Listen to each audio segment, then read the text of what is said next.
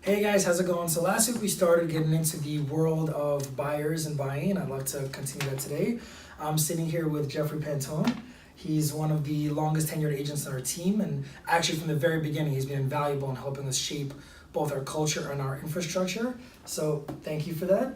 He happens to also be one of my best friends, and we were groomsmen at each other's weddings. So getting to work so closely with him, it's really special. Geoffrey, why don't you tell the viewers something about yourself? All right. Well, hi, I'm Geoff Pantone. I have started working in real estate essentially straight out of college. So it was over 12 years ago, and I used to have a lot more hair. Throughout my career here, I've been focusing on Manhattan and Brooklyn. And one of the things I love most about real estate is working with people and chatting with them, and it's essentially leading them to their homes.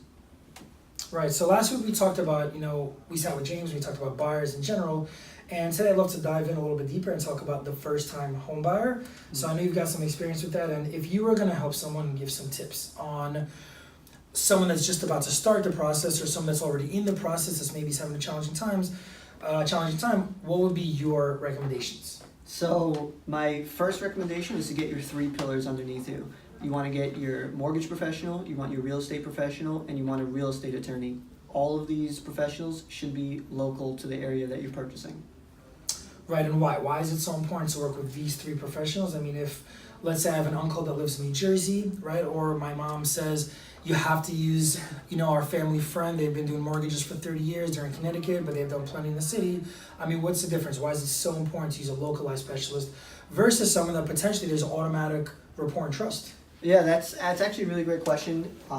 You want to have someone who's local to the market so that they have a pulse on the market, so they know what's going on, that they know the proper speed that they should be working at a transaction within the area. Oftentimes when you find people from a different area, there's just a different way of doing business. So you want to make sure that everyone is familiar with the area that you're going to be purchasing in.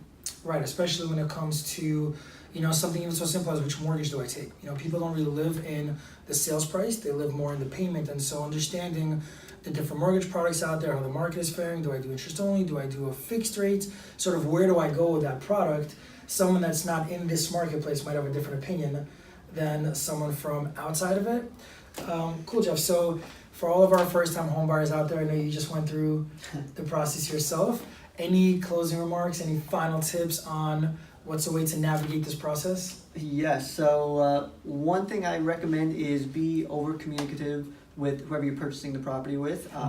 Because I'm so used to the process and I do this day in, day out, I kind of failed at being on the same page all the time with my wife. Sorry, Melissa. I highly recommend that you're constantly speaking. This way you both are on the same page and you're aligned on all the action steps that you're going to be doing. And also, please know that this is going to be an emotional time. You're going to experience highs, you're going to experience lows. It's all part of the process, but be sure to focus on the outcome.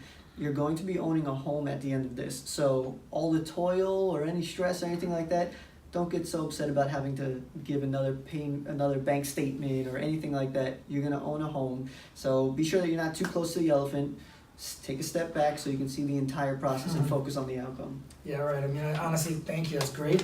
Very similar to feedback from last week. It's so easy to get stuck in the offer and the statement and this and that. But at the end of the day, if you take a step back and if you evaluate the perspective, you're going to do something that most people in the world never get to do. You're going to get to own a home. So just remember perspective, remember outcome. Thank you guys. We'll be back with more.